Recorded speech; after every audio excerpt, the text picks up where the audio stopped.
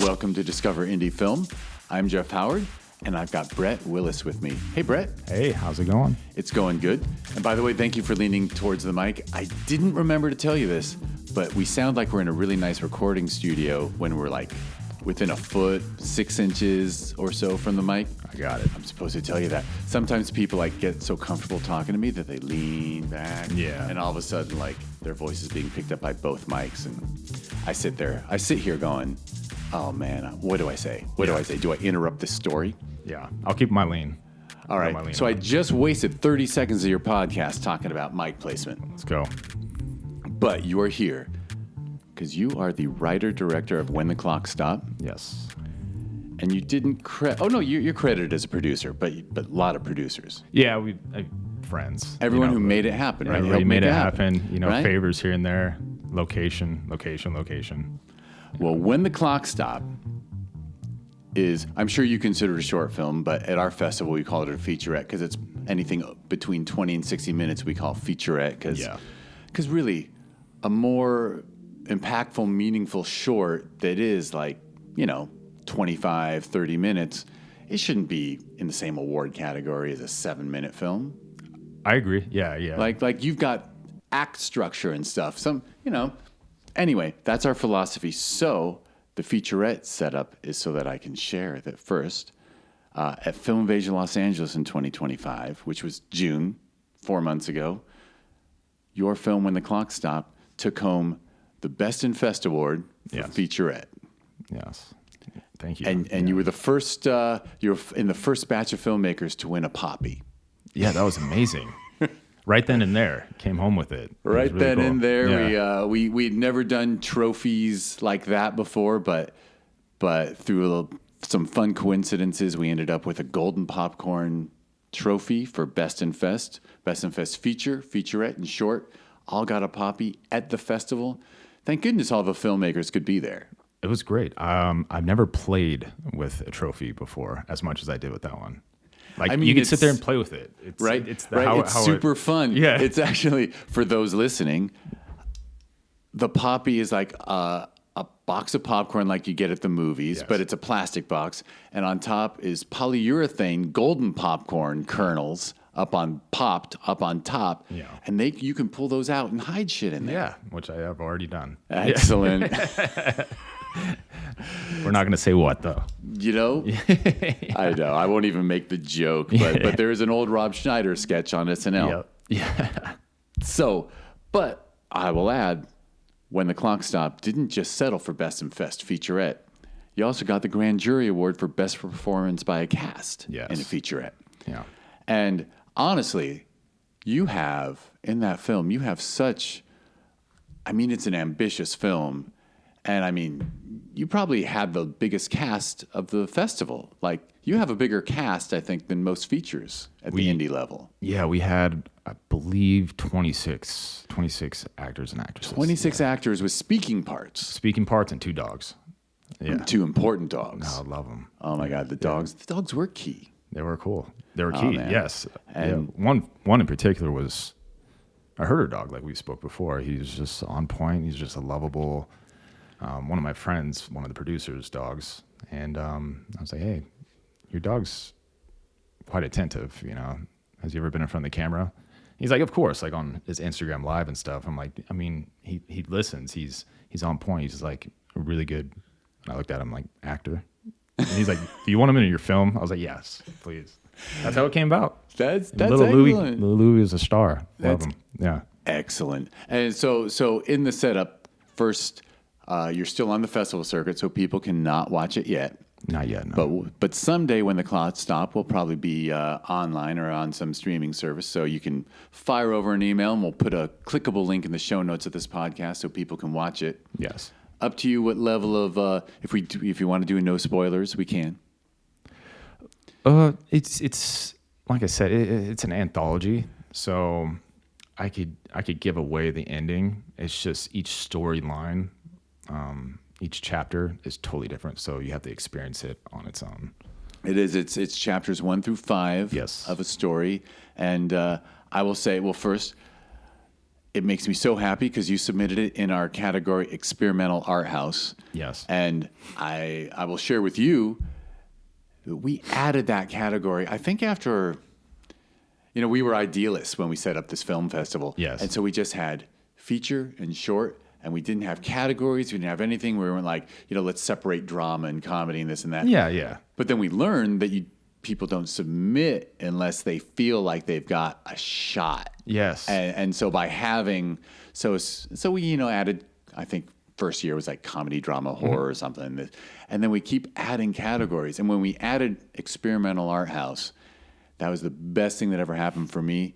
Because, that's the whole point of indie film is that people get a chance to be more creative. Yes. And there's no corporate board saying this IP won't be profitable enough if it's weird or different or original. Yeah, I like that outlook. I like how you. Yeah. Right. I like that, So I get to see the stuff I want to see. Yes. Selfishly, as a festival runner and a member of our jury, like I think I told you, like my wife and I will sit down and we'll just go through the Art House experimental submissions on a Saturday night because that's a great Saturday night watching a bunch of experimental films. Yeah, of course. The reason I put it in that category is because it's kind of like people pull out certain bits of comedy. Like, I love this part. These two characters did well. It's kind of goofy. I like it. And other people were just like, man, that really hit me hard. That was just kind of like, I felt the mother and son phase. And you just walk out, you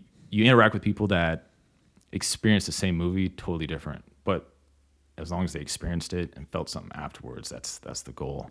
Absolutely. And there is, people will have to wait to see it, but it is hilarious at times. Yeah. And it's serious and it's creative and there's you play a lot with format.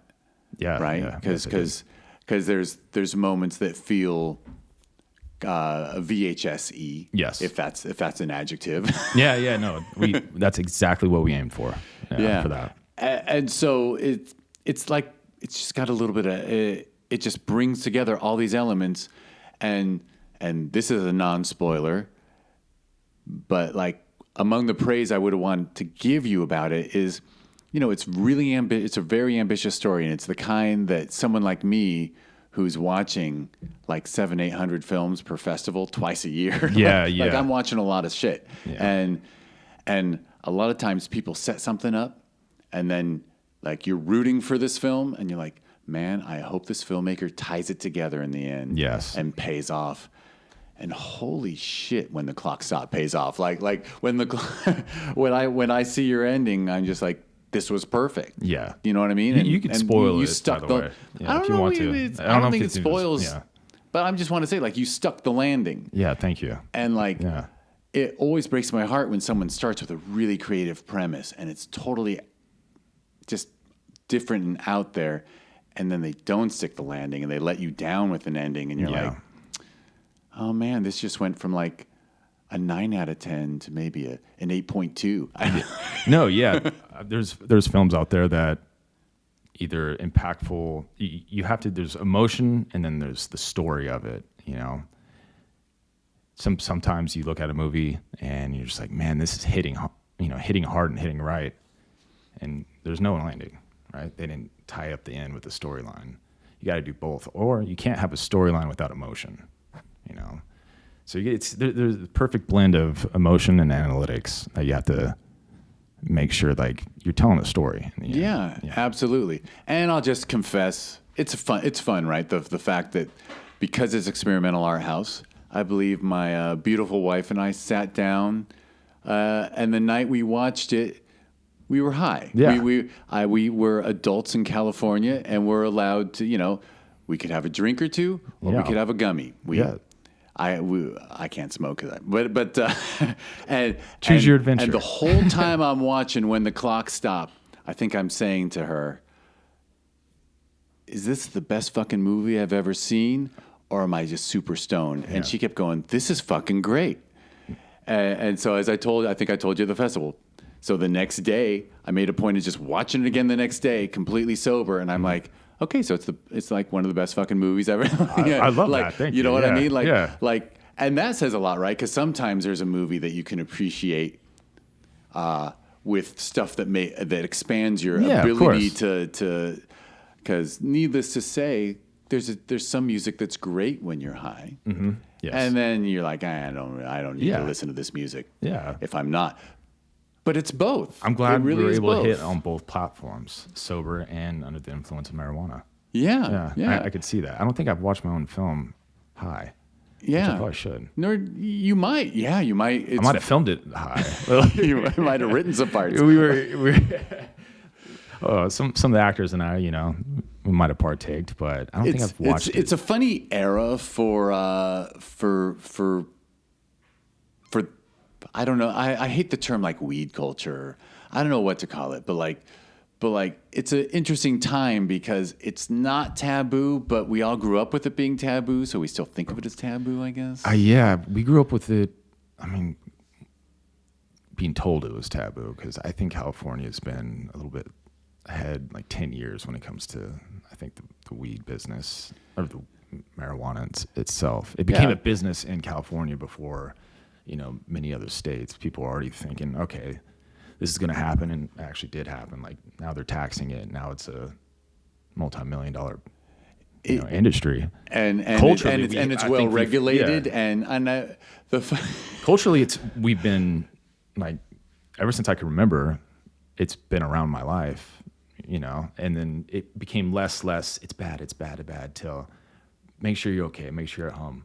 This heals this. Actually, this is better than pills. This is, then it's just like, oh, I've been around it my whole life, Now it's just, I could smell it in public and not think twice, Right? Yeah. And I will say that I've had a spinal surgeon look me in the eyes and tell me it's not toxic. Oh, there you go. And that before he does a spinal surgery, he says, no alcohol, no cigarettes. And if people say, well, what about weed? He goes, it's non-toxic. Don't worry about it. That's awesome. Isn't that crazy? And then I actually said to the spinal surgeon, he's a friend of a friend, I'm like, can I record you saying that? He's like, absolutely not. Are you kidding?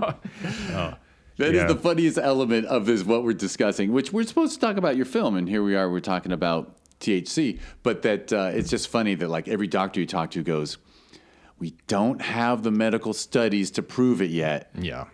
So I can't recommend it. Yeah. And then they like look at you like, just go to the dispensary, dude. Yeah. It's better than what I can prescribe you. If you feel like it helps you, go ahead. And you're like, do I got the green light? You're like, you got the green light to say, go ahead. I mean, no joke. Regular listeners I don't mention this too often, but I am a cancer survivor myself, and I had a really harsh chemo regimen when it happened. Oh, man. And the anti-nausea drugs that were prescribed to me that were fully legal at the time did nothing. Yeah. And at the time, dispensaries, you needed a card. Mm-hmm. And the joke was, like, when I went in for my card, we should not be talking about this. When I went in for my card, it was like the doctor's like, "Oh, a real one." Like I'm literally like, I am so miserable with nausea. Yeah, this lovely doctor. She was a lovely person. She's like, she wrote it for me, and then I went to the dispensary. I'm like, I need something for nausea. They're like, well, this gets you really high. I'm like, no, nausea. Yeah. Which strain is best for nausea? And they're like, yeah, we don't deal with that. Whereas now everything is, because this was 2015. Mm-hmm. No, 2016. But anyway, in fact, the first ever Sherman Oaks Film Festival. So anyway, we're not talking about weed anymore. Oh, let's go.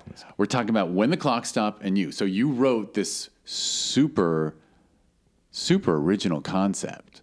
Yes. And so I see you as just a very creative person. And the purpose of the podcast isn't to talk about the subjects that interest us like weed. I want to talk about you. Let's do it. And so were you always a creative kid? Were you a story writer? Did you like playing with cameras? When did you catch the bug? Ever since I was a child. I will put this in there. I think around 3 years old, I had to have surgery because I had fluid in my ears. So until I was 3, it sounded like everything was just muffled. So I had to go to speech therapy after that and work on how I enunciated everything because everything was muffled. So the first 3 years you kind of experienced a degree of deafness. Yeah, legally I was, and I would repeat and regurgitate what I would hear. So my speech was off, and that's kind of how my parents figured it out. But I was always a visual person. I'm very, very lucky. I have really good eyesight, and that's how I viewed movies. I think storytelling could be told visually, and I grew up. My mother gave me a 16 millimeter camera to play with. And I had little sisters, so I was like, hey, I got cast members. We would just mess around, do these little talk shows and have like animals like as our guests or something. And was it the 16 camera that also had the sound on it? It could do sound and picture? So what we would do is we would have microphones connected to my sister's karaoke machine, so we'd record our sound on that, yeah. So... and then everything it did record sound, but it wasn't like any type of studio quality. But and you had to record external into a VCR.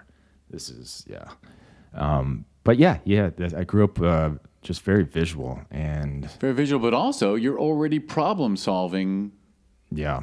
With the art, with the medium of film, and I always note that like engineers and filmmakers have a lot in common, and architects because it takes a lot of intelligent thought to like overcome all the obstacles that keep you from capturing what you want with a camera. Yeah. You know? Oh, like you were what you described to me with your sisters sounds to me like being a movie producer. Yeah, you got to I believe in Robert Rodriguez, his first film, he wrote a book, I believe it came out in 1995, Rebel Without a Crew. I believe that's the book. And he shot his first movie on a $7,000 budget. I don't want to get it wrong. I think it's El Mariachi. El Mariachi, the dude with the guitar. And he would I remember he would describe how he had to overcome budget issues, but the story could be told. You just got to be a little bit more creative. And in doing so, sometimes you tell the story in not such a studio-ish way. It becomes a little bit more experimental.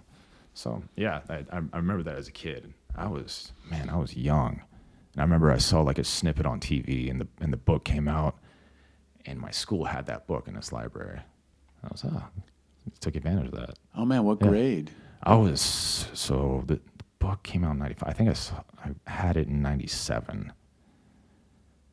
I don't know, it was second grade, third grade. Second or third grade, and you're reading and you're reading Rebel Without a Crew, though, in like second or third grade. That's kind of amazing. Second or third grade is, I think, when it came out. Oh, gotcha. So yeah, I had it because I'm trying to associate. I'm just noting it hit you early. Yeah, it was early because that's when I had the camera, but I remember my uncle. My uncle's a producer for a sports network out in Denver. But I remember he was also into film and filmmaking. He did my dad's a football coach, and he did a season of my dad's highlight tapes. So he was into that. But I remember he had the book as well. He had it in his shelf, but I didn't ask him because I was just afraid to ask him. But we did have it at our school. And I checked it out. Of course, like half of it I didn't understand when it came to like aperture and the ISO and the analytics of the camera itself. But you got to be resourceful. And I remember one time, or one of the things he described was he didn't have enough people, so he backed away, zoomed in, so it looked like the people were in the foreground, enough of them, just to cheat the shot. He had $7,000, made a short film. Or I think it was a feature, actually, El Mariachi. Yeah, it was a feature. It was a feature, yeah. It did well, and it got him the budget to shoot with Antonio Banderas. It was part of the generation of films that got picked up, got into Sundance and got a wide release. Yeah. Shoot, I bet it was probably Miramax. That's crazy. I romanticize we do now that era of like, okay, you did it. Now here's a chance. Studios saw that, you liked it. That's the same thing happened with Quentin Tarantino, that whole era. Now I think it's great that many more people have the access to everything. I just wish the pickup by the studios was a lot more prevalent. It kind of fucked up the festival scene for a while because between Robert Rodriguez, Tarantino, Ed Burns with Brothers McMullen, and Kevin Smith with Clerks. Like those four winning the lottery the way they did. Yeah.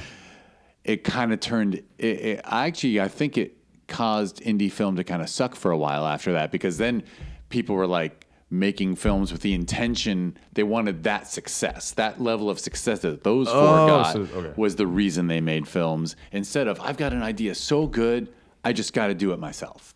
Yeah. Which is, I think we're back to that. Okay, cool. So all the people are cooler. All the people are wonderful now. It's still, I have said it many times that like I'm shocked at how nice. Like there's no assholes at the film festival. Yeah, it's really weird. Because when I was on the festival circuit in the 90s, everyone was an asshole because they were in it because they thought they were going to be the next Kevin Smith. So they were, okay, the attitude's totally changed. Oh, okay. Yeah. But those films inspired so many people who were creative people that you can follow this route if you want. Okay. So it cut both ways. I'm just saying the festival scene was kind of bad after that. Yeah. But the indie film scene, I think, honestly, listening to you talk about El Mariachi, it's earlier generations were all inspired by Cassavetes, right? It really is just people inspiring the next generation. Yeah. That's an interesting way to look at it, because the inspirations that I see today, I still tie back to that wasn't the genesis of that thought. Like there's things I see today where I'm like, yeah, but I've seen that before, and I've already captured that essence.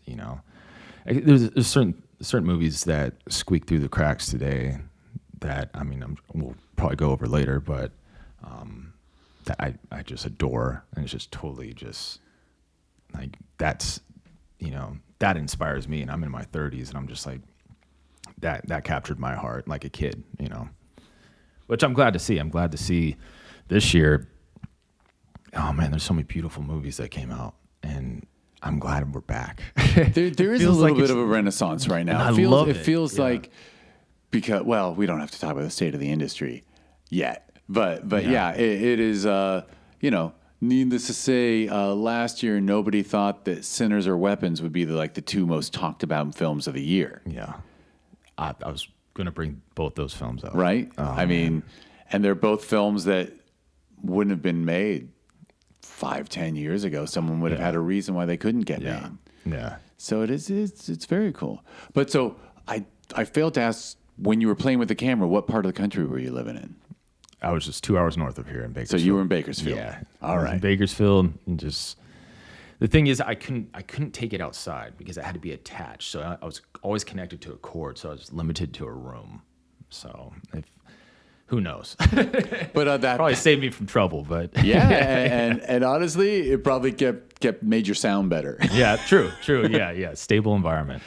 Right, so you were playing with that stuff, and you got a hold of the Rodriguez book, Rebel Without a Crew. So I was at school, and we had one of those where they'd come in with the cart with the TV on it, and we were in art class because it was after school. So we had it was called Magnet Program. We had 3 different classes at the end of regular school, and we had art class, which half of art class is visual arts. And they brought in, and I saw he did a snippet in the 90s of him talking to a class about his book. That's when I looked for the book. It was at school, but he discussed his plans and for why he did El Mariachi the way he did and all that jazz. And I went home and tried to do as best as I could. Plus, I wasn't on a $5 a week budget. I can't really do too much of equipment wise and do that, but I did the best I could. And of course, at that young of age, I didn't have today you could just look up a movie on your phone, right? Back then it was just all right, let's go to Blockbuster. Yeah, you're going to Blockbuster and hoping they have some of the more esoteric titles. I'm with my sisters too, so we got to agree on titles. So, we got to get Mulan in there. Yeah, I love Mulan. By the way, that's my favorite Disney movie of all time. But it's just I had to choose with my sisters, and then my parents wanted to watch a movie where they're like, "You're not old enough." And I'm like, "Oh," I was I was the big brother, right? So I was just stuck in between. I was just like, okay, well, let's ride this out. At least I got to pick my video games. You know, That's you can do right. That was your I had time. that. Yeah. Excellent. Yeah. And I was just going to ask, like, you're growing up in Bakersfield, and Dad's a football coach and stuff. Yes. And not to be superficial, but it looks like you played.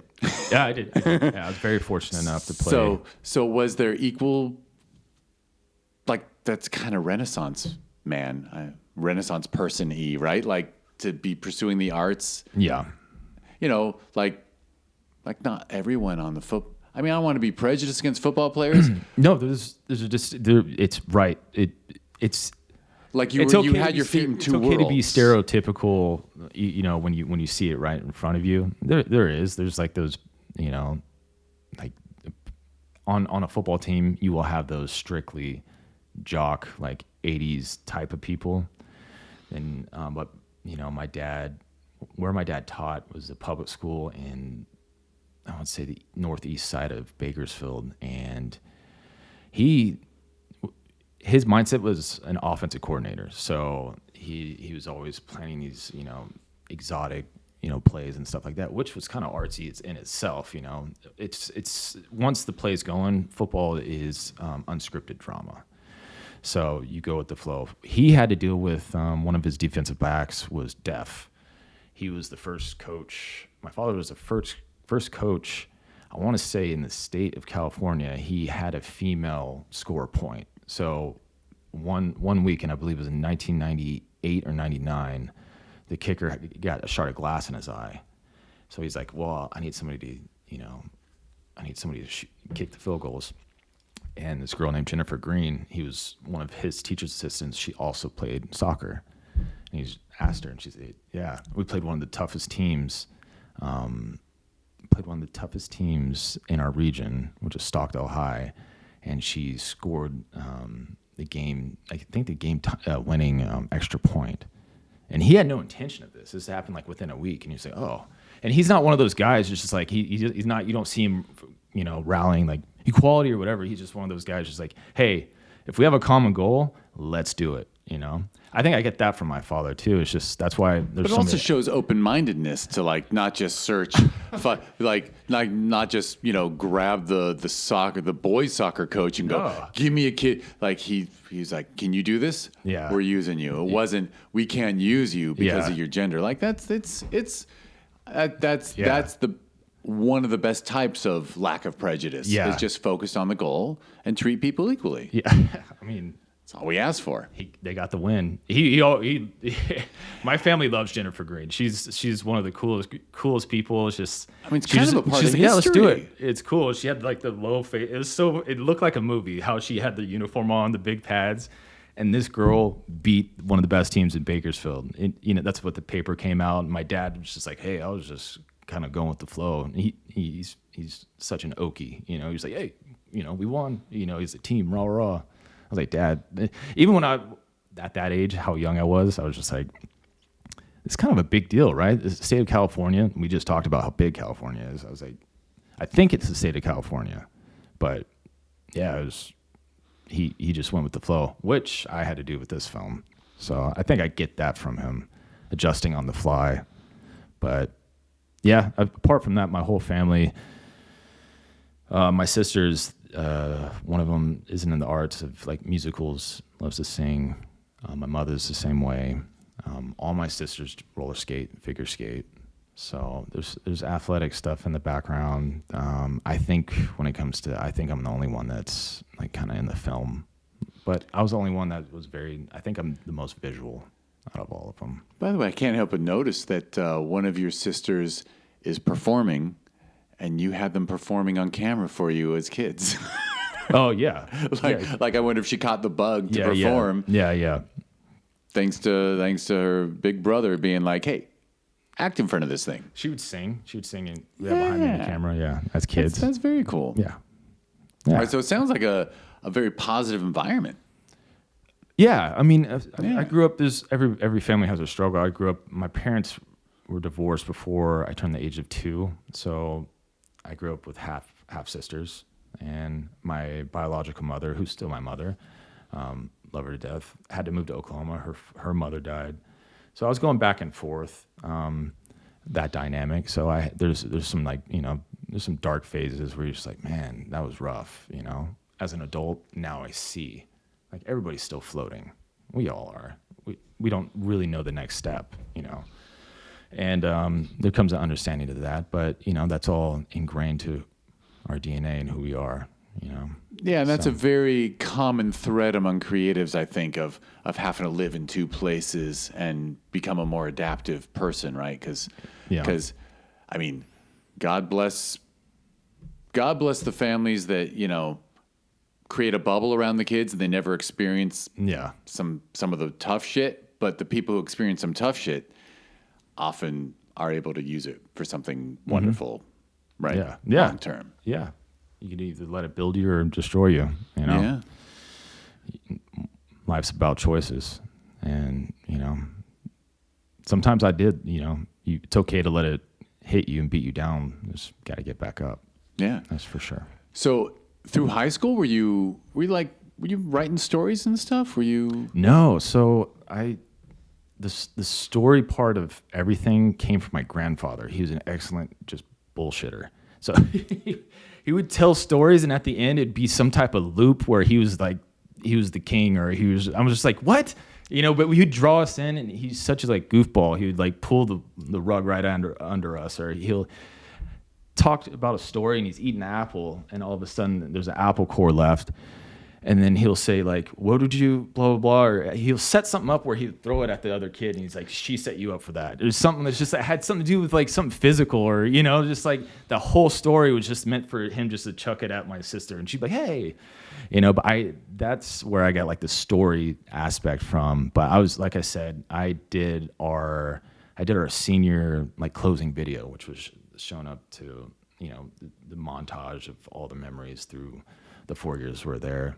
Right. So did you get in with was there an AV department kind of thing? We did our own.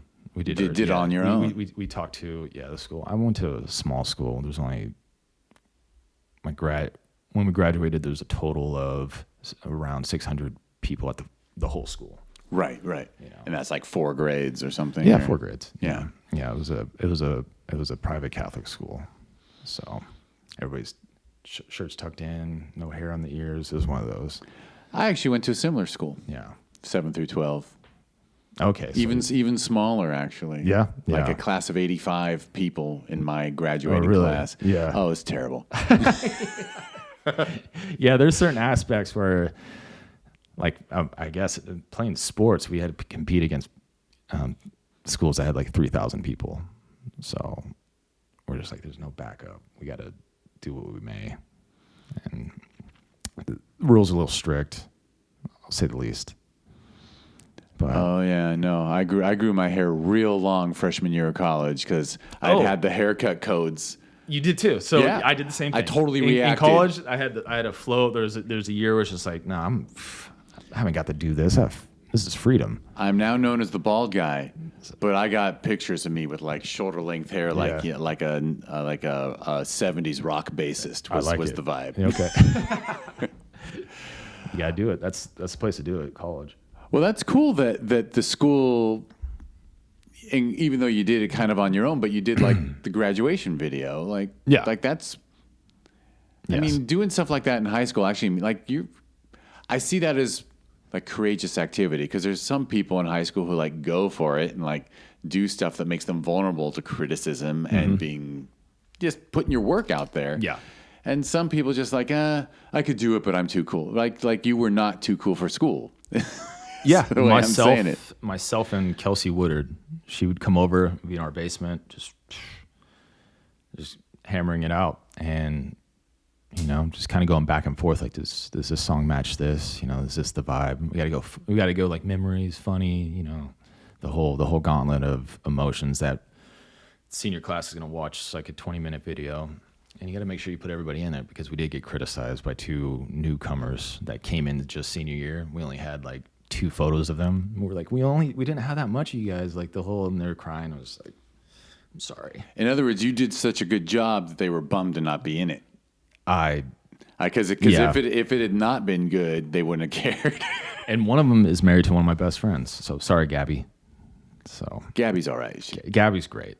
Gabby's great. She's in the health industry. She's saving lives. So she's doing great.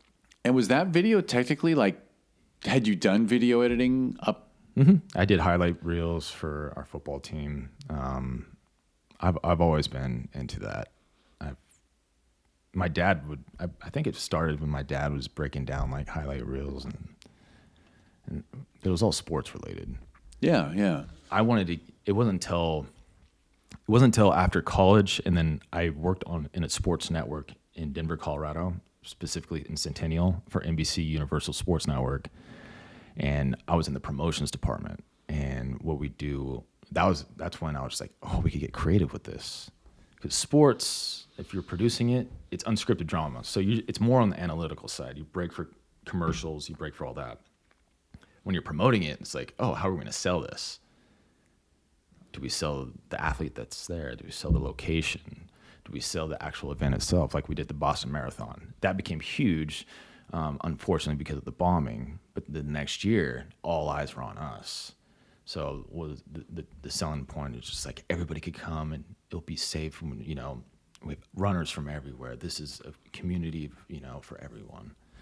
We sold that, It was cool. That's where I knew that point. I was like, I'm moving to Los Angeles. I'm gonna do my own thing. It just took a while for me to do it. And was college not about film as much as like, did you major more in like a marketing kind of thing? Yeah. That's what happened. Because really, it just seemed like the more practical thing to do. Or I was just following the steps, really, of what I was told. And it wasn't until afterwards where I realized I was just like, I could have done this. Right. So the creative stuff was a little on the back burner there. The creative stuff Like was, the idea was already innate. It was within me already. Right. It's just like it wasn't expressed until there's probably a 10-year gap where I was and like, you had, you came from a sports family and there's focus on sports, and you have an Yes. uncle who worked in Yeah. the marriage of sports and media. Yeah. So you were so aware that like both your interests were satisfied by that. Yeah. There's still like, what is it? I was having like appetizers or hors d'oeuvres, but I wasn't like in the meat and the entree of what I wanted to do yet. I was tasting it here and there, but I wasn't like, didn't have my plate yet, until this film. I was just like, I finally have. Until this, all right. So you're working in Denver and you're marketing sports media. Yeah, we're in the promotions department. Yeah, you're in promotions. Yeah, which is great. I'm not going to insult promotions at all. I think every indie filmmaker should actually get an internship at a PR company. Yeah.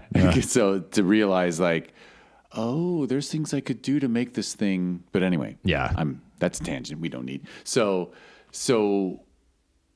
you didn't make any shorts or anything. You just decided you would move to LA. Yeah, I knew exactly. I knew exactly what I wanted to do. I just didn't have the facilities for it yet. And wanted to do was writing and directing. I wanted to do that. You were like, I'm gonna make some films. I came out here. It had been planted in you in whatever grade with Robert Rodriguez with that book. So. Yeah, I was young. Like it's crazy Yeah. like how young I was having a book. I probably shouldn't have had that.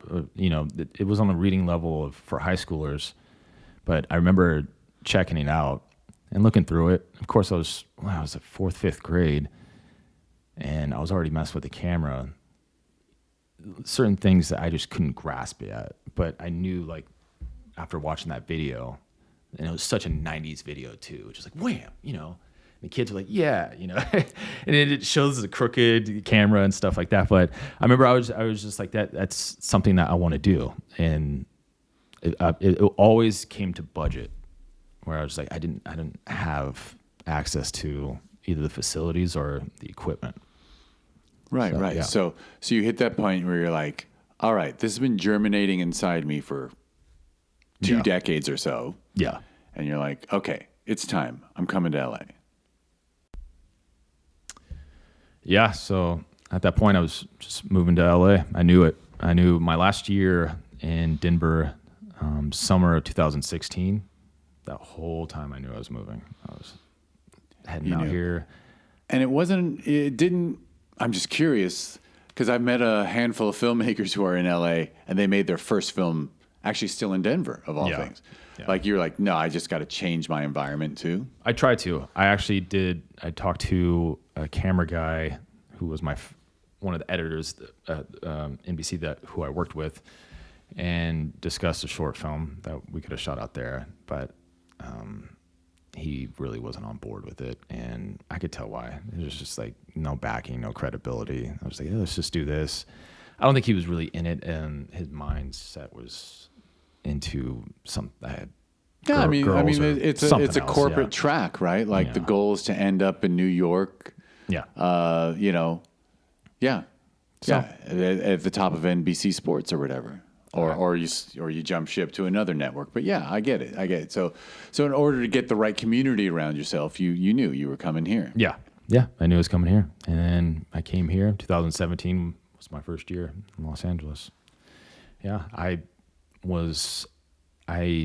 joined a production team that vied for a spot to do a documentary on Showtime, and we had 6 weeks to present like why we should be picked, and within 2 weeks they told us, we already found our crew. You guys are fine. So it was 2 weeks we got paid, but it was just, I thought we were going to be, I was like, the momentum's going, and I thought I was going to be part of something so much bigger than I. And then 2 weeks in, I was living in Redondo Beach, which was my fault. I should have been this way in the beginning because I forgot LA traffic, and lived in Redondo Beach. And I remember getting a phone call like, "Hey, they're just not picking us." I was like, "Well, what do we do?" I don't know what we're gonna do, but we gotta, good luck and figure it out. Right. I was like, all right. Yeah, exactly. It's like, they didn't pick us, so this team we put together is no longer a team. No. Yeah. That's what you got to do. It's like, all right. By the way, do you choose Redondo because it's just so damn beautiful? I love the South Bay, so I love Manhattan Beach, Hermosa, and Redondo down there. It was great. Just terrible for driving anywhere. You're like stuck in that little world. Yeah, every time I go there, it's shocking how long it takes to get out. Yeah, out there. Yeah, it is. Yeah. You think, because you look at a map, and that's what I did. I lived in Denver, and I remember you would come to Los Angeles all the time, but without the wherewithal of where things were at relative to the time of day that I needed to get to. I needed to get to drive to West Hollywood from Redondo. I needed to drive to Burbank from Redondo. I didn't know. Oh man! And even from Manhattan Beach, this is a very LA discussion. Yeah. Even from Manhattan Beach to Hermosa to Redondo, like the 405 is curving inland, right? Yeah. So you are getting more and more isolated away from the artery, and of course that artery has some of the worst traffic in the country. Worst. So it's like it is a beautiful place to live. Oh, if you could live there, but if you can't live and work. Yeah. In the South Bay, as we call it, in LA, it's tough. But oh man, I have friends. I have a friend who won the marriage lottery because he fell in love with a coworker.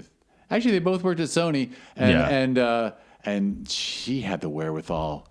Her first purchase out of college was a duplex in Manhattan Beach, where she lived in a little studio apartment below a 2-bedroom apartment. Yeah, she rented the 2-bedroom, lived in the studio. Yeah, wow. It's magic. Now it's like, so it's gold. So like now they're like in their 50s and they live on a paid off piece of land in Manhattan Beach, 2 blocks from the beach. That's ridiculous. Because she bought it when you could afford it. Yeah, exactly. Anyway, distraction. So that Showtime thing, the rug gets pulled, and by the way, have you started writing yet, or you were kind of focused on doing that documentary? I was focused on doing the documentary, and then it wasn't until, I want to say 2 years later, I wrote a short film. We just didn't have the budget to do it. So it was my friends and I that I acquired over those 2 years that are actors. And then radio silence up until... And by the way, you mentioned friends who are actors. Yeah. Like, were you getting involved in some creative communities and things? I ended up moving closer to the Burbank I ended up moving closer to West Hollywood until I did move in West Hollywood. I worked in West Hollywood, there's a lot of creatives there. It's Beverly Hills, West Hollywood, that whole area. And over time, working in the service industry, that's all there is. It's just actors and actresses. But you could, over time, figure out who's serious, who's finds it important to them, rather than just, they look at the road beneath them that they need to walk rather than get distracted by the lights above them. And I could see that in certain people. You can, some people are just in it. Some people are just like, there's a difference between, wanting to do art and wanting to be known.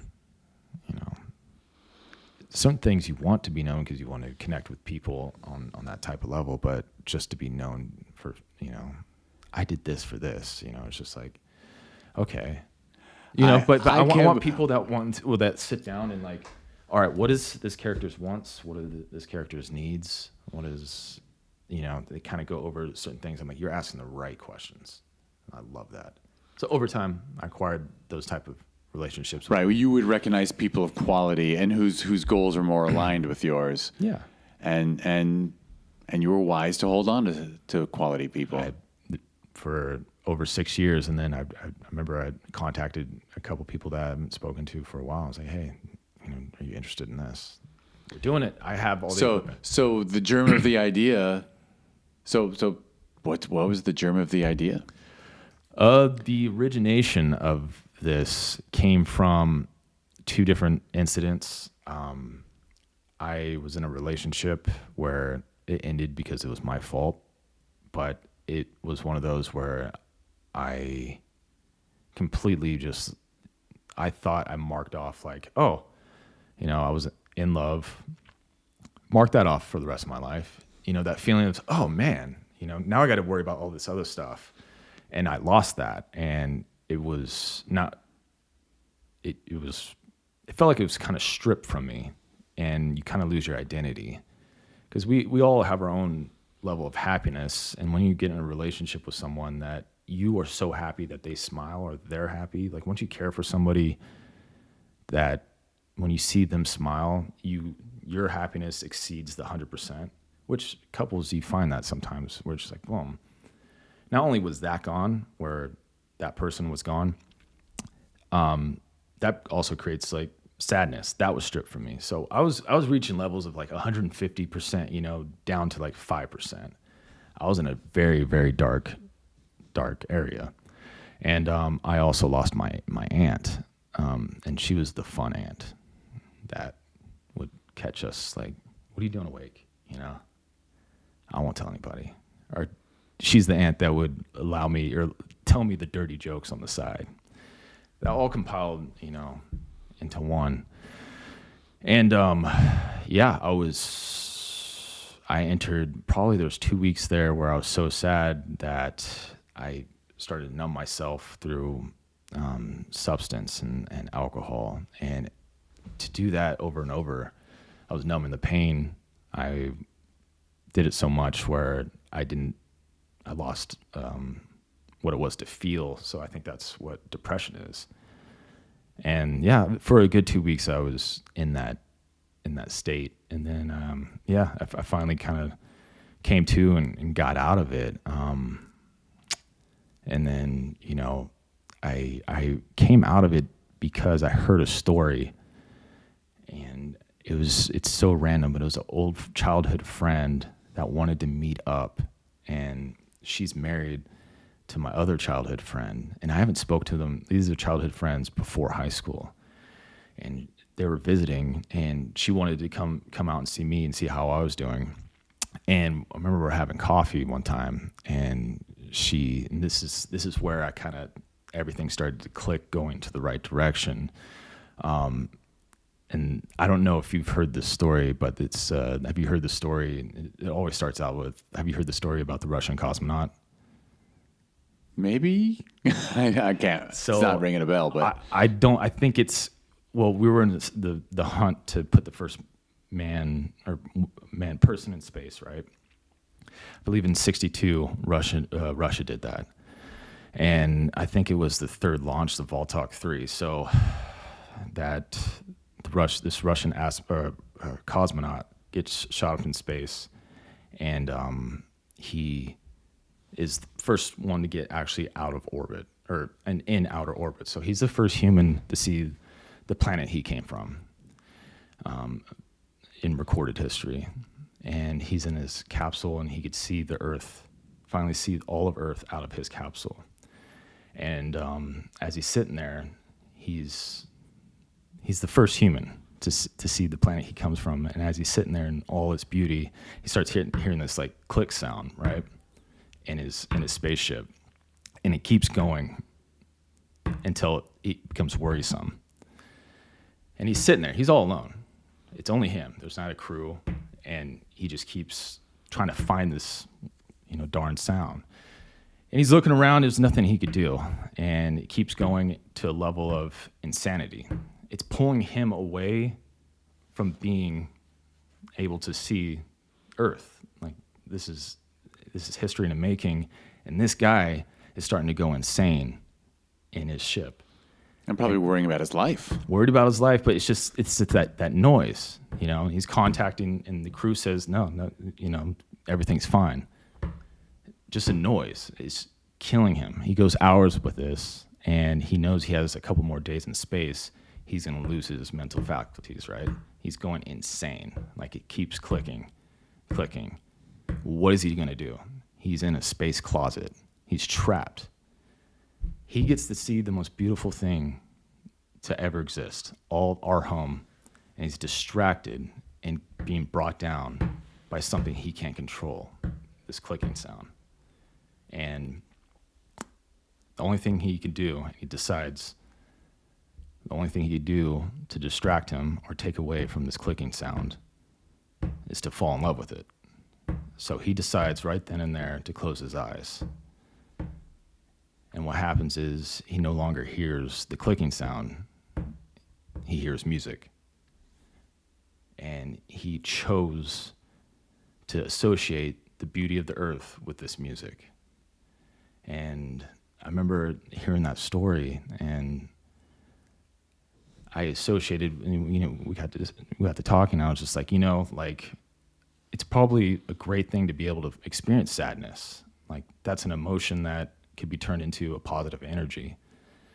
The universe puts these little tidbits of energy that is meant to be expressed and exposed to us, and it's how we express it through emotional control is how we experience our human condition.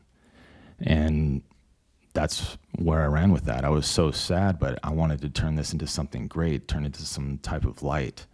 And that's where the origination of this film came from, because I remember having a conversation of there's no legacy at the end of the world. And if we had a moment to know and accept the end of the world, because that's the ultimate takedown, right? That's the ultimate what are you gonna do? Well, let's turn this something positive, or accept it. What are you gonna do? I'm gonna choose the person I want to see the most at the end.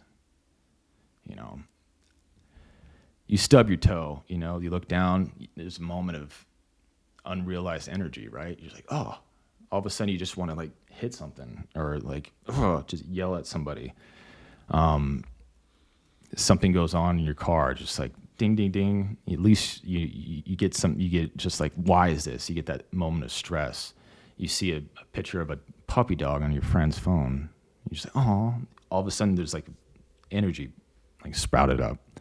I wanted to change that into something positive, because suppressing my feelings is just putting a Band-Aid with alcohol, any type of substance. And I knew where my heart was. I knew why I was in Los Angeles. I knew everything that I wanted to do. I was like, I'm going to buy my own equipment. I'm going to do what I came out here to do. I'm going to utilize all the resources I have. I'm going to write something that has full of emotion. And what I've learned through the analytical side of working in the sports network over there at NBC in Colorado, I knew how to formulate or put it to make it make sense. So I made sure like what I'm putting out there is fully unique and from my heart. And within like a year, I was able to write out not the full script. I have 4 chapters written out. The last one I did just on a whim, which was the 3rd chapter. But yeah, I had deep discussions with people. Like, you know, everybody knows like in their mind this answer within 5 seconds. Say you were in a room, huge auditorium, everybody you ever met in your life. You walk in, but you were told you could only. Who's the first person you'd seek out? You know, I'm sure you already know, like, out of all the people you've ever met in your whole life in an auditorium, who's the first person you would just seek out? Everybody has that one person, you know, be it their mom, lost love, sister, a friend from 3rd grade that meant something, like something happened where you're just like, you know, everybody has that one person. And that's where I feel like this story derived from. It derived from complete just sadness and then the void of it, which I realized we're supposed to like experience these feelings, and how you're supposed to formulate that into action is up to us. And that's what I did. I reached like catharsis with the you know, the ending of this film and having other people watch it. That's when it was just like, oh, you know, like I was able to express that. And then I get to continue to do that, you know, with more people getting involved in watching it and watching other people's films. You realize they might have been in this situation. It's just not like, I feel like you could kind of tell when a movie is only story, the movie is only emotion. But when it's put together quite well, I think that's where the magic's at. I'd rather watch a movie that has emotion and falls off rather than a movie that's that's a good story, but you know, there's nothing. It's just a random story. Yeah, I think one of the many true maxims about screenwriting in film is that if we don't care about the people, yeah, then the most interesting story in the world starts to feel sterile and pointless. Yeah. Like it takes more than just a plot. If you don't care about the people on that screen, then you have nothing to connect with. Yes. So it sounds like, and I mean, I guess I don't think it's a spoiler or too much to say that, I mean, when the clocks stop really is the question, like the auditorium you described, the analogy or the whatever metaphor is that, you know, what would you do if your world was ending? Yeah. And honestly, I never connected your film to depression until this conversation. Yeah. And I've experienced it. And like clinical depression really is a form of feeling like your world's ending. Yeah. No, it's just like I haven't put that together till now. Yeah, it's it's because I let myself it's very human. It is. It's very human. And I used to. There's times where I've gone 180 degrees in understanding the human condition through my own experience. So there's been times where people, when I was younger, talk about depression or talk about anxiety. I'm like, oh, that's a choice until it happens to you. Then you realize, wait a second, you know, I shouldn't be able to judge or talk about it unless, you know, I've been around it or I've felt it. And you know, like I'm a bigger guy. I'm like 6'3", over 200 pounds, and I'm just laying there in my bed. And I remember waking up from a dream which I was crying, and it continued to be crying that morning and still lay there 2 hours. But once, you know, like maybe I did need to experience that. Maybe I did need to be in that dark moment. Having said so, like there's now, like I said, I'm around people that have also been in that type of darkness before, where, you know, with the bad situations with the family, drugs, all that type of stuff, where they see the light. They're just like, oh, bad things happen. Well, use that as fuel. Good. It's just because energy is not created or destroyed; it's distributed. And when we get, you know, something attacks our emotions, if you have the outlook of, I get to have this, I get to be sad. That means there's an attachment somewhere. I'm going to use this as fuel. You know, there's even today, like the past couple of weeks, I do a little mantra of just like in my head of gratitude. Like where do we live? We live in the best state in the union, right? And it's just like, I get to be here. I get to see lovely faces every day. I get to see a guinea pig. I haven't seen a guinea pig in a while. I get, you know, like, this is great. Like, it really is. Like, and once that happens, I think it feeds off, people feed off that. You know, you help people, then all of a sudden you're getting helped without question, and it's a steady build towards positive movement. But yeah, it's because of that ultimate sadness. Like I said, like I was like, what the hell do I do? Then I realized, all right, funnel this energy, because drinking and numbing yourself off drugs, just numbing it, it's going to throw you back into the loop, back in the cycle. You need to, if you're spinning around in the cycle, you need to at least spin up, you know, at least have a goal and realize, like, you're important, make yourself, you know, useful. And I think this film has, it answered that question for you in a way. Yeah. Yeah. And you are making me think some other things, but I'll stay on the film because boy, there's a lot to talk about there. But yeah. But I mean, it's certainly a high concept film in that you gave it this. You came up with this concept of, you know, when the clock stopped. Yeah. And so then once you had that concept, were the different chapters, the different stories of these individuals you were imagining, like, I guess I'm looking for an answer, which is that, like, it just like flowed out of you. Then you could be like, okay, here's someone and his mother. Here's some people on a TV show. I mean, you'd worked in TV, so I get it. Like you just imagined how all these human beings would deal with a situation. Yes. Yeah. And I'm sure all those chapters, all those different types of love, can be expressed. You know, each person, we've all expressed a level of multiple level of all those at a certain level. Sure, probably one more than the other. But they're all expressed of, like, either what I've been through or how I've seen or experienced through other people.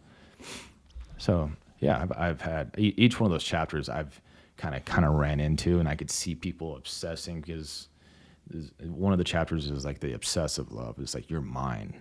You know, where she's just like, you're gonna watch me at the end, you know, and I've experienced that. That's the one in the kitchen, yeah. Yeah. It's just like I'm sure there's been, you know, there's people that have this feeling of just like who would you want? And it's like, I want him. He's mine. You know, and it's just like, whoa. But they love that type. That's what gets them. You know, everybody's different. Some people are just like when they get older, they have the relationship with their mom or dad. It's just like, so you're like, that's my best friend. That, you know, that man or woman changed my diapers. Now I'm sitting in the backyard, and they're talking to me about new stories, and I'm just so enthralled. And then there's like the lost lover one, you know, where, you know, like, you moved on in lives, but, you know, there's still that string attached. There's still love for somebody who's already passed. You know, that's expressed with the guy and his dog. He's still obsessed with his late wife. So what is he going to do? He's going to comfort, you know, the dog. You know, everybody's kind of experienced some level of attachment to somebody's either deceased, a family member, love romantically, obsessive, if you could call that love. I do. I think there's some people that are just like have that like you're my world type. You know? Oh yeah, there's love. Yeah, love has its healthy and unhealthy sides, but it's all still love. Yeah. Yeah. And I made sure that the film represents like kind of like Vanilla Sky. Like love does transcend. There's been like people have fallen in love with people that have died they haven't even met in their lives just because they've seen, you know, a different type of like attachments to people that we've only heard through history. They're just like, I adore this person. I haven't met them, but they meant so much to.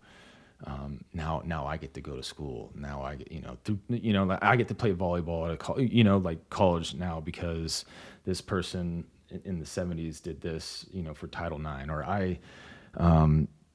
people like fall in love with characters, like on movie screens, people fall in love with, like certain eras of somebody else's life, like when they're in third grade, like I love them for them when they were that, I don't love them now, but I love that version of you. It's just like, that's not a present love, but that's that's an existential like type of view of it. There is a connection. Like there's like I love the 8-year-old version of this person, but not, I haven't seen them, or, they're different now, but that person then, kind of like, yeah, I give the example of Vanilla Sky. He was in love with a memory, it's a beautiful thing, Yeah. And you tie it together.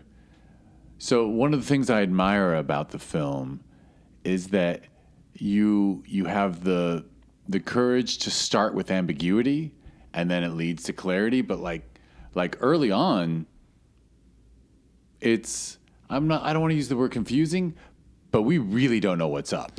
Yeah. And you are, I love the fact that, there's the vote yes concept, and like you introduced that so early, and I guess maybe that's what pays off. But what I'm saying is like I should have thought this out better.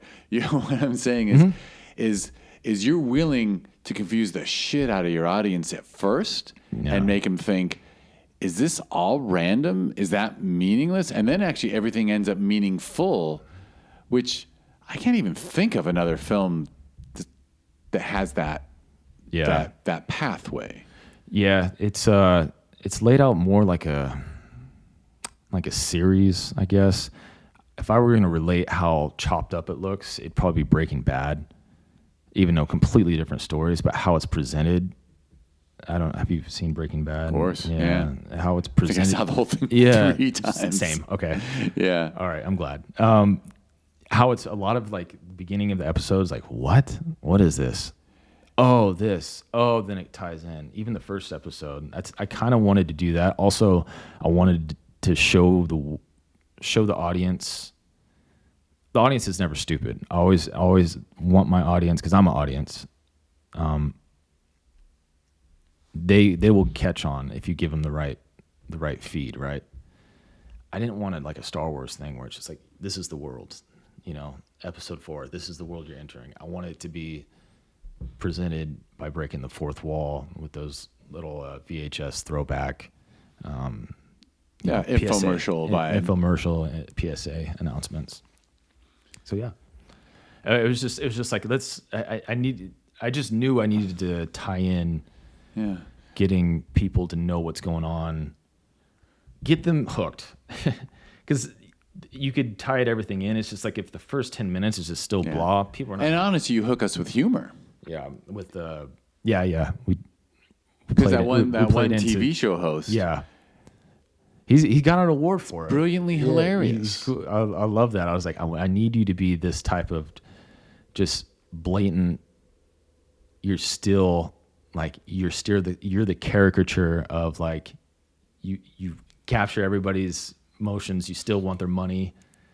You're still persuading people. You're just like that you know. But I mean, I don't want to like, get into like, it, but you're like, but it's literally like, I'll just compare him to like the ShamWow guy, right? Like, there's ShamWow. this is a piece of shit, but I am gonna act like I'm so in love with it. Yeah, Maybe you'll love it too. yeah. Like it really has that character has that vibe. Yeah, But then the other story is completely different vibe. So Yeah. So on the page, were you super happy with it? Like were you like, oh man, what I've written, this is what I was after. I'm throwing myself in and shooting this.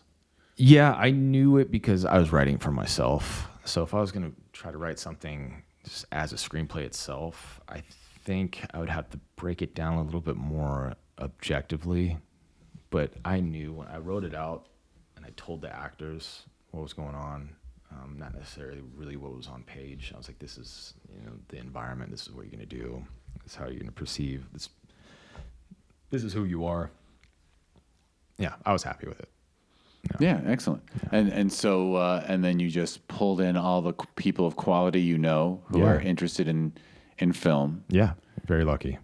Very lucky. And did it come together? Was the production process, was it spread over time? It was. Well, the first 2 months, I had 80% of the film completed. I had to go through some of my own life changes. And then the last 2 months. So overall, probably a span of 6 months. But like I said, the first 2 months knocked out 80%. And then the last month finished out the 20%. And then just went into editing. Honestly, not everyone has to do it, but I am always, what's the films that like shoot on weekends and then take some time off and shoot on weekends and take, like the films that give themselves more time instead of like shooting everything and like, I get it. It makes sense to shoot everything in like one weekend. Yeah. But I feel like films breathe better if they're made over more time where the creative behind it all can like look at what's already been done and like adjust for the next time. Yeah.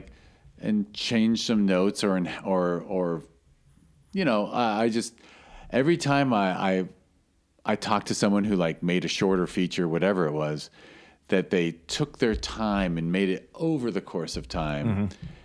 It just the quality just shines. Yeah, I was able to space things out correctly. I was fortunate enough. Like we had to do 2 reshoots. Good thing about having it as an anthology is the characters, I didn't need them too much spread on different scenes with each other. They had their own piece of the story, and it's like, all right, we shot this weekend. I'll see you next weekend at this location. Yeah, you basically made 5 or 6 short films. Yeah, a little. Like 5 short. Each chapter is its own short film, but then I'm sure there was more shooting to tie it all together. Mm-hmm. Yeah. Yeah. So yeah, you could get your actor and the dog. You could get that stuff done, and then okay, yeah. I've got all.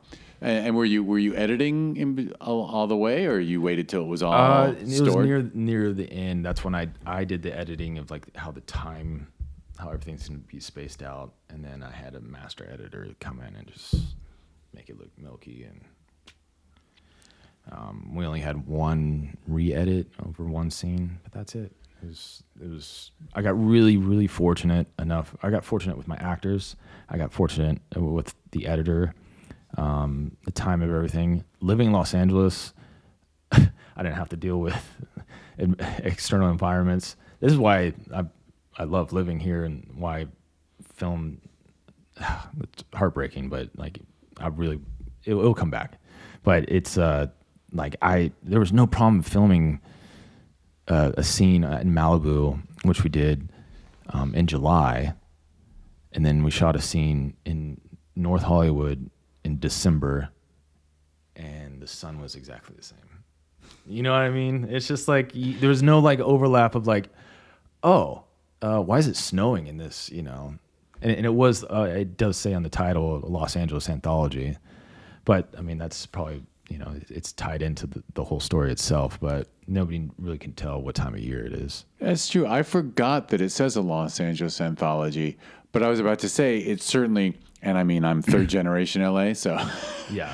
just thank you for making a film that I would consider a love letter to LA. I mean, plus It is. I've spent most of my life even in the San Fernando Valley, and like I believe that you use Mulholland, like one of those Mulholland outlooks for one of the key. You stories. noticed that? Of course. I did. Are you kidding? I'm like, we film and ask I'm like, permission later. in high school, that was like a makeout spot. Yeah. In you know in the back of your hatchback. Yeah. Yeah. 100%. You know what I mean? Like, but yeah, it definitely.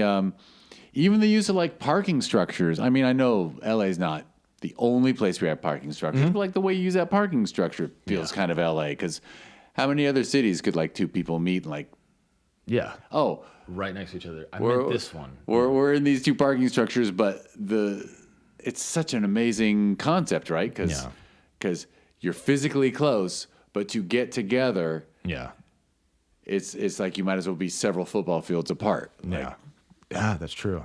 Yeah, and the whole film explores the aspect of we're in Beverly Hills, or we're in the Hollywood Hills. One of the scenes where the mom and son are looking out all over Hollywood. So we're in the hills. We're on the beach in Malibu. Then we're in the desert in Palm Springs, and they're all like I could have done a shoot in one day, probably with all those. You know what I mean? And those what other place do you get to do that? Yeah, you could have done a bunch of quick moves. The dynamic of that, you see the wind turbines, going. I grew up in Bakersfield, so in the Tehachapi Mountains, that always associated with that. But like when you look at the film itself, like if you're not from Los Angeles, I'm sure that's why films do this, but you could film in the mountains, film on the beach, film in the desert within 2 weeks and make it look like totally like different destinations, maybe different countries, because you recognize Palm Springs. Everybody does. Okay, I know what that is, but people that are not from here, just like, where's, now they're in the desert, but yeah, it is somewhat of a love letter to Los Angeles. And you could kind of tell that everybody in the film, how everybody responds it's like, I think we do kind of have like a culture here where like the infomercials and the PSAs, they're just like, we're so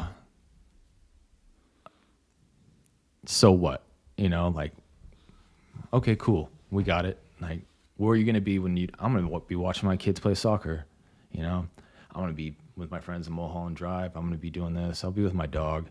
We voted yes. We're with this. You can't.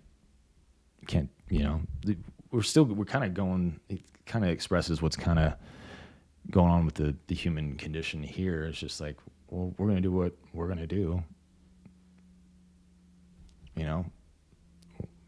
We're going to okay. End's coming. Okay. Yeah. All right. Yeah. And what of it?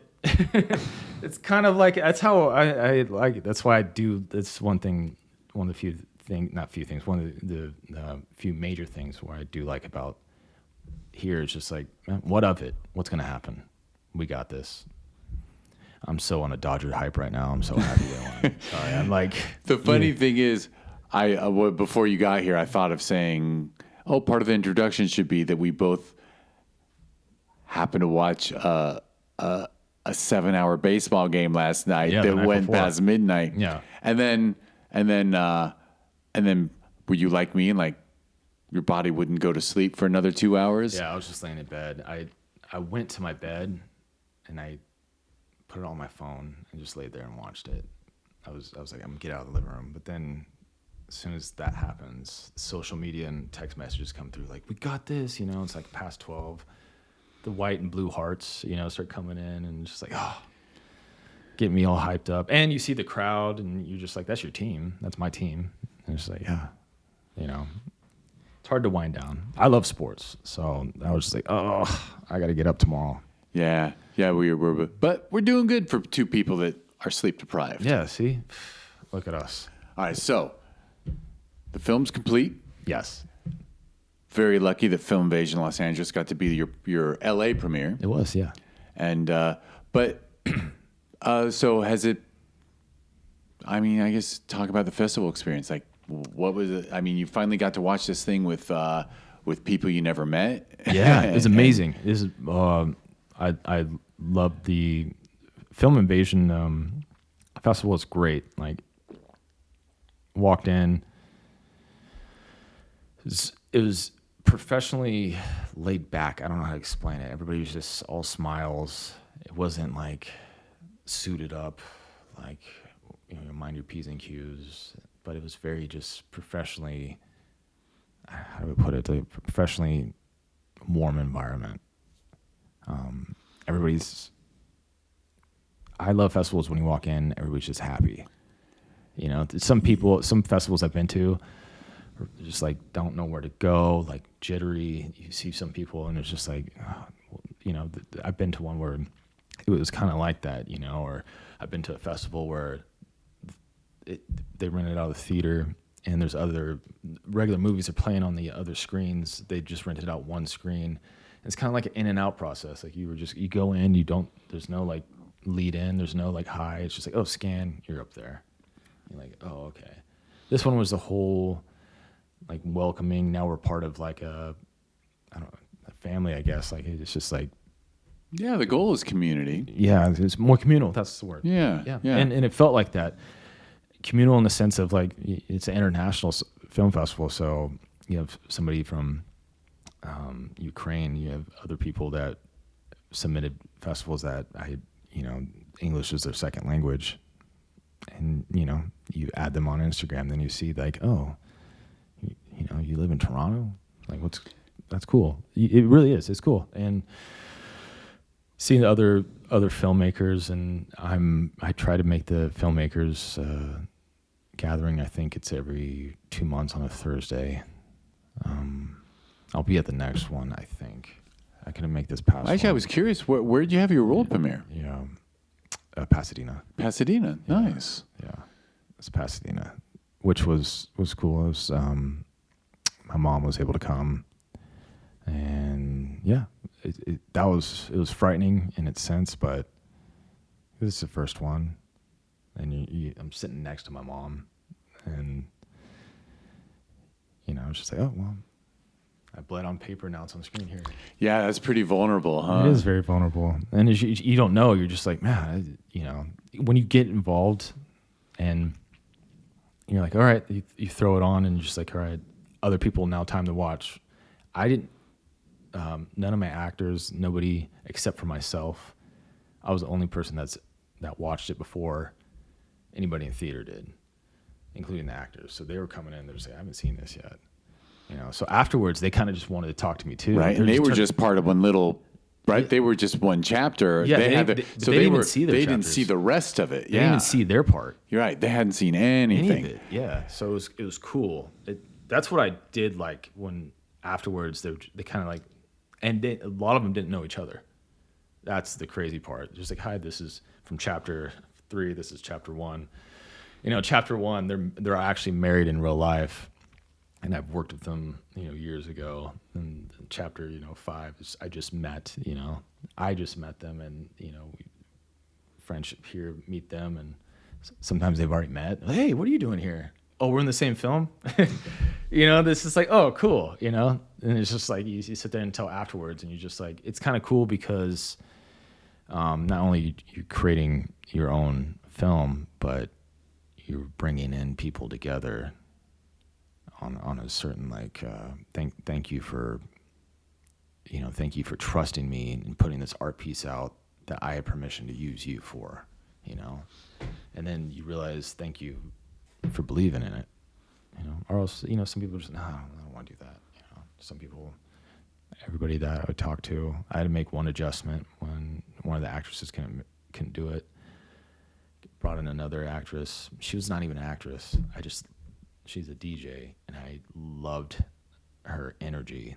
I was just like, you're gonna do great in this part. She was in the second infomercial. She was the lady that was with Gary Walsh selling the love cuffs. Right. Her name's Sabrina. She's very just like, I'm just like, you have like a voice and a face for TV. Like you need to be more vibrant. She's a DJ now. Wow. great performance. Yeah. She never, yeah. I was like, can you do this like in 2 days? I was like, here's a script. I was like, you just act you. I was like, be natural, but this is kind of the vibe. And she's like, oh, I get it. I was like, we got it. She did great. Absolutely. Yeah. Well, I'm shocked that was not a seasoned performer. Well, I guess she is a performer, No. but acting. Well, you got the right person for the part. Yeah, like I said, very fortunate. She fit the role. Yeah. And so most of this year you've been doing some festivals and things, and so are you writing more? Are you looking to expand this one? Or are you looking to do something completely new? We're doing something completely new. We already filmed it. Already wrote it. It's supposed to be just a fun. It's just a tie between. It's not really like a love letter or something I'm very tied to emotionally, like the first one. This one's all comedy, and I'm not like a comedy writer, but I think how it's set up, like I kind of wanted to do something a little different, and it's almost in its editing phase. I'm gonna try to get it done by the end of November, and then hopefully throw it out into the festival series in December. Nice. I mean, obviously there's some. I just felt like saying something about comedy right now based on what you just said, which is, I mean, the comedy and When the Clock Stops is so insanely funny because it's the best kind of comedy is when the comedians are playing it straight, right? Or when it's there's nothing less funny than people, unless you're like Bill Murray, like you just can't goof off. Yeah, you got it. Whereas all the humor in When the Clock Stops is people being serious. Yeah, and then we can see the humor in that. Yeah, which is that's genuine comedy. I think the same thing when it goes for like being a villain. When the villain thinks that they're the good guy, that's when they're like Inglourious Bastards. Christoph Waltz, his character, he truly believes he's doing the right thing. And he's a perfect villain. You're just like, oh man. He comes into somebody's kitchen, has a bigger pipe, gets their milk, and he's just like talking. You know what I mean? But he thinks he's doing the right thing. But I didn't think about that for comedy. That's a good point. Yeah, there's a little darkness around it. I think I love dark comedy, so I'm glad I was able to implement it. This new one that we're doing, there's certain boundaries I think we're kind of pushing when it comes to some of the, I wouldn't say jokes, but dialogue. But I love the genre of dark comedy. And I don't want to overanalyze it, but I'm aware the human condition is we're like one of the few. I know in the animal kingdom some species are aware of death, but like we are the one species on our little planet that is fully aware of our impermanence and that we will be gone someday. And dark comedy is if people can die in a film or in a story or be facing death and it be funny. Yeah. To me, that's the touchdown. Yeah. That is so hard to do. It is so hard. I always praise people who like make a film in the festival and I'm like, you killed a person and I was laughing. Yeah. I could never do that in real life. Thank you. Because we need to laugh at death. Yeah. I like that. It's true. It feels a basic need to be like, oh my God, that's so funny. I remember I'm sitting with my dad and he put on some Monty Python. And I was just like, I remember my dad would start cracking up. He's like, oh, got him. And I was just like, the rabbit, I think it was the rabbit scene where doesn't the rabbit cut off somebody's head? Of course. Yeah, that's the first thing is the head comes off. Yeah, the rabbit one. Or don't you see the monster? What, behind the rabbit? Yeah. I love it. Yeah. I remember I was just like, whoa, because I'm a kid, but my dad was just busting up. But now I love it. Yeah. Oh, Monty Python. You know. Actually, yeah. Monty Python was huge for me as a kid, and preteen and teen. And now that you mention that, now that you've dropped that name, I'm like, you know what? I kind of get it, because in a way, When the Clock Stopped also it's got a sketch vibe. Yeah. Like the idea of, but they like tying disparate things together is also like what they always did. Yeah. It's very creative. Yeah. Yeah. As I believe I've done like way too much reading of what the Python guys have said, and I believe Eric Idle said, yeah, they didn't really trust us as actors, but they knew we were a good writer. They gave us a show based on our writing. Okay. Yeah. And like that was it. They saw themselves as like 5 writers. And then you just went out and then they just fucking winged it. yeah. Some good SNL writers are brilliant actors, I think, in the comedy world. Just because, like Bill Hader, I love Bill Hader. Insane. Fred Armisen. Fred Armisen's probably one of my favorites. Like I think his humor and how he does things, and he has I mean this in the best way, but I love his facial expressions. And he's a writer too. I think I think some of the best start out as writers because they just know the essence of it. So. Oh my God, Hader! Don't get me started. Yeah. and again, someone who does a thing where they're playing it straight, and it's hilarious. Yeah. And talk about, I mean, whatever. We don't have to talk about Barry, but talk about dark comedy. Yeah, yeah. But I do with like depth. Barry. Yeah. Oh my God. I mean. Yeah. I watched it before the pandemic. I haven't seen an episode. Yeah. Oh my God. I mean, he has whatever brilliance. All right. Well, so you got the next one ready, and there'll be more from there. Yeah, be more. Then after that, I'm writing a feature and then a series, and that's when that's where we're gonna have to step into finding studios and in other productions. Yeah. Because that's when it's the money. So you've managed to do 2 in the Rebel Without a Crew mode. Yeah. And if push comes to shove, like if something along the way, but it is the next step is getting an actual feature and or on a series. Yeah, because we live in a reality where shit ain't free. No, and nor is housing and food. so 100%. Yeah. And people are trying to crack this nut, but short films, it's nearly impossible to make a penny back on them. So the question is, 100%. People eventually are like, well, I either have to move on or make a feature, because if you just can't sustain yourself off short filmmaking. Yeah, the reason for this short film was, first of all, was my own goal of, can I do it? I'm going to do it. What's the finished product is what I set out to do, and it was.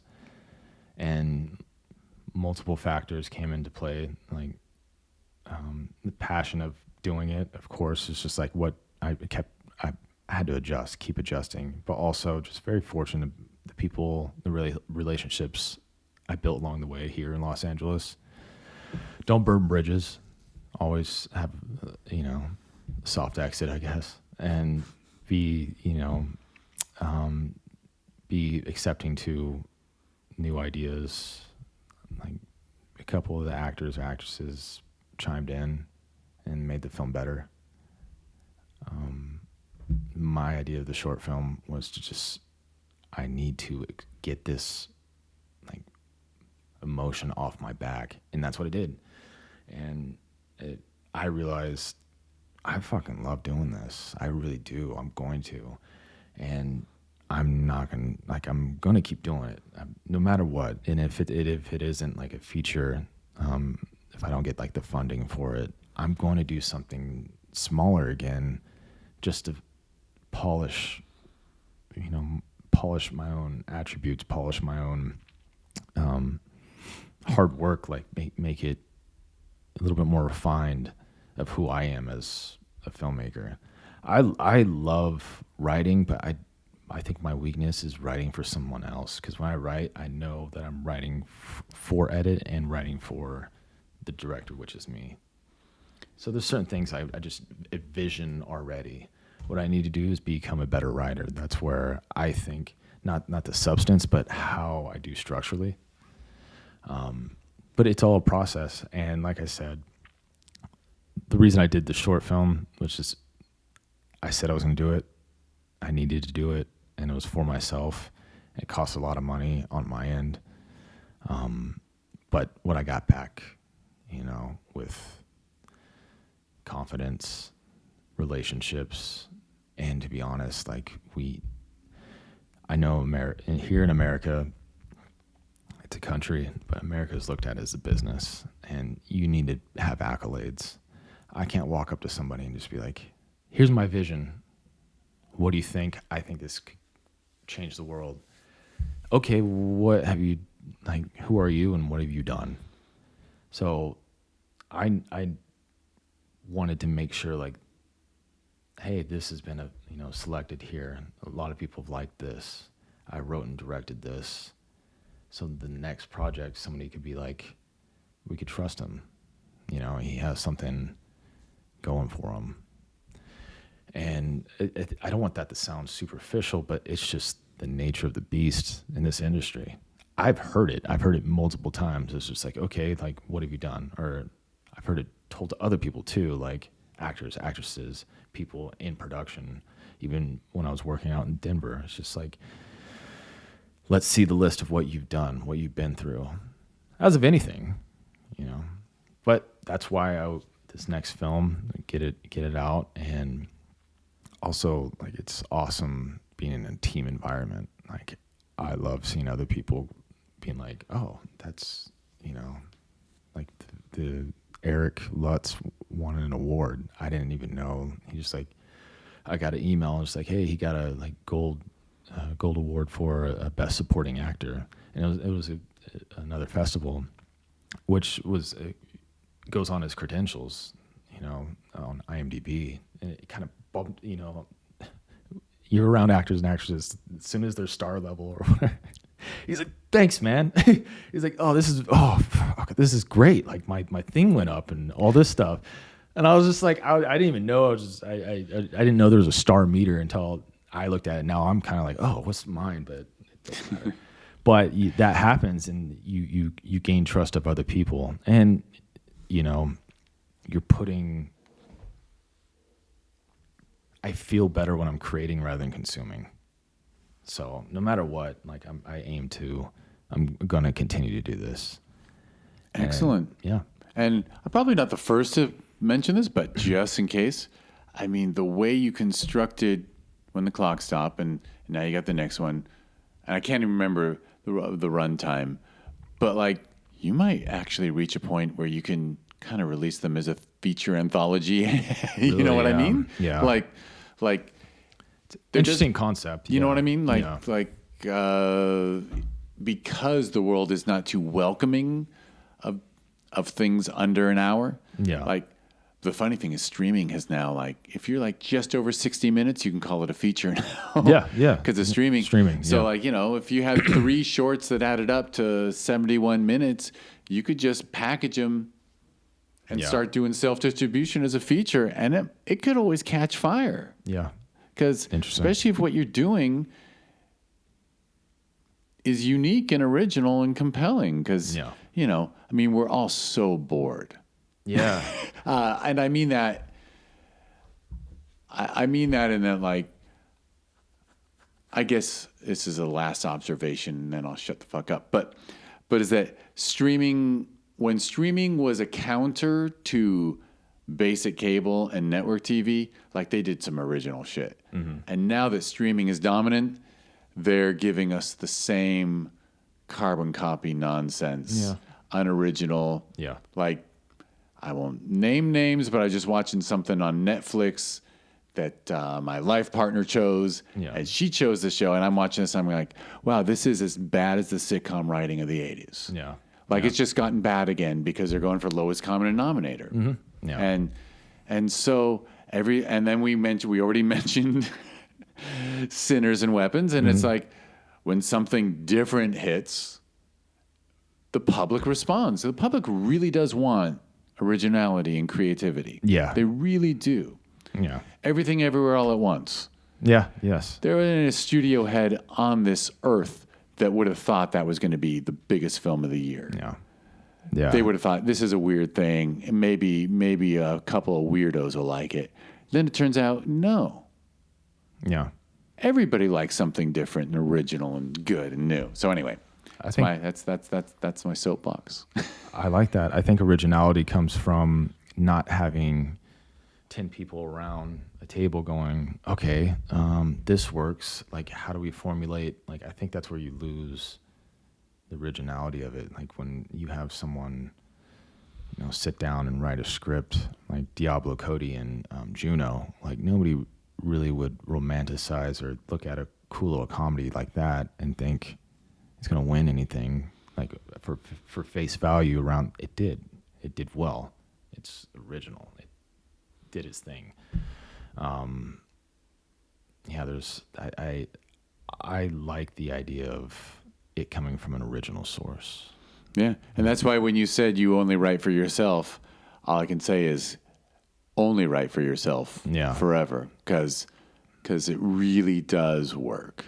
It's the only thing that works. Yeah. As soon as people, because if it's specifically important to you, then it becomes universal. I've been on this kick for a while because the last couple of festivals I've just realized that the most specific story that feels like it's someone might look at and go, I keep using this example. There was a film in the festival you were in about a Filipino grandfather. And it was beautiful. And they made it so specific and so true to their community that everyone who sees this film sees their own grandfather. Yeah. Doesn't matter if you're Irish, British, Jewish, Chinese. Yeah. This Filipino grandfather is everyone's grandfather because they made him a real human being, a real grandfather, and true to his culture. And all of a sudden, it's universal. So that's this. The incredibly specific is what's universal, and the show I hated on Netflix was like trying to be universal, so it was nothing. Yeah, it was nothing. Yeah, and it is boring. It is. Yeah. I totally agree. I think the producer Rick Rubin said, "You can never fail if you just write for yourself. You create for yourself, and then other people respond." And you do see the beauty and the originality of somebody's life, not the cookie cutter. Yeah, absolutely. Yeah. All right. Well, got a website, social media? What should people follow? I social media at Sir Brett with 3 T's at the end. That's my Instagram. Nothing with the film yet. No need, but I would recommend anyone listening to this who likes original film to follow you so that the next time you're in a festival, I'm sure you at least share it on there. Yeah. Hey, there's going to be a screening. Yeah. Who knows where? Yeah. But people should try to catch it, especially on a big screen. I love it. Like, I have family. I'm just like, can you come here? We got this one. Like, come watch it I want you to watch on the big screen. I sent some people, of course, like links. And I was like, please just don't watch on your phone. I was like, do you have a big TV? And they'll send me screenshots of them watching on TV. I'm like, cool. But it's just something about the big screen. It's beautiful. Actually, I will probably have FOMO, a little, not FOMO. I have missed out because I was in another theater during your screening, and then I jumped in afterwards to try to catch your Q&A. I remember that. So I didn't get to see it. Oh man, one of my favorites in the fest. I didn't get, but I love that our festival has grown to the point that it's 3 screens at once. But man, means I can't see it. Yeah, right. Champagne problems, though. You were watching another movie on a big screen, so yeah, it wasn't like. But the truth is, I watch stuff on we don't have a huge TV, but it's good enough. Yeah, I think it's 52. So hey, yeah, and if you sit close enough, and if the edible hits hard enough, it's right on. All right. I will wrap us up. Well, first, Thank you, Brett. Thank you. Appreciate you. Thank you very much. And I want everyone to know, just go to the show notes of this podcast. There will be clickable links for Brett's Instagram, so you can follow and try to catch when the clock stops. And I will wrap us up. I just thank Brett. I'm going to thank everyone for listening. If you are listening to this is the Discover Indie Film podcast. If you want to learn more about it, go to discoverindiefilm.com. On social media, it's always @DIFwins. And I said discoverindiefilm.com. If you go to discoverindiefilm.org, that is the nonprofit that runs 2 film festivals in the LA area. And I am happy to brag that they are both ranked in the top 100 best reviewed worldwide out of 14,000 festivals. It's a rotating list, like when you're not accepting submissions. I think there's a little more than 100 festivals get to go in and out of that list, but we're on it. Knock on wood. Almost always. So, I mean, we've always been. So, anyway, go to discoverindiefilm.org, and that will allow you to visit Sherman Oaks Film Festival and Film Invasion Los Angeles and their websites. I made a terrible mistake of having 2 completely distinct festivals where like we had to maintain all these different things for both, and I've spent the last year trying to consolidate. Yeah. So literally, actually, you were the first crop of filmmakers that Film Invasion Los Angeles was fila@discoverindiefilm.org was the email. Yeah. Because it was always info@filminvasionla and then info@shermanoaksfilmfestival.com, and it was like, God, man, how many inboxes do I need in my life? Yeah. No, right? Yeah. So anyway, go to discoverindiefilm.org, and if you are listening to this and you do want to support a nonprofit that supports indie film, we got memberships, donations, shit like that, Oh, and I forgot my little speech at the end of every podcast, which is, and by the way, like and subscribe, maybe even write a review, be kind. The secret fact in life is kindness. When you are kind to someone else, it benefits you even more than them. So you should be a selfish asshole and be kind to everyone you meet all the time. All the time. Until they prove that they don't deserve it. But then there's a funny thing. I've never added this part. When someone's an asshole to me, I realize the best way to fuck them up is to be kind in return. Yeah, and then they're just like, what do I do now? This dude is being nice to me after I was an ass. Yeah. And actually, I really enjoyed. Well, I'll tell you when we're not recording. Yeah. So anyway, that's one of my favorite moves. And so that was Sherman Oaks Film Festival, which we hold in December, and Film Invasion Los Angeles, which we hold every June. And I bothered to name them both again so I can say they are getting their cousin next year in South America. Film Invasion Lima in Lima, Peru is happening in January of 2026. That's going to be good. That's going to be awesome. I remember you telling me about that. It's just, I just love that it came together. Yeah. And thank you, Chevy, for making it happen. He's the Sherman Oaks Film Festival 2-time alumni who lives in Lima. Yeah. And said to me in the bar where we hung out and chatted at Look Cinemas in Glendale, he said, I wish I had a community like this down in Lima. And I was like, I got an idea for you. Yeah. So there we go. Lima's going to happen. South America, baby. South America. All right. Thank you, Brett. Thank you very much, Jeff. And thank you, everyone, for listening.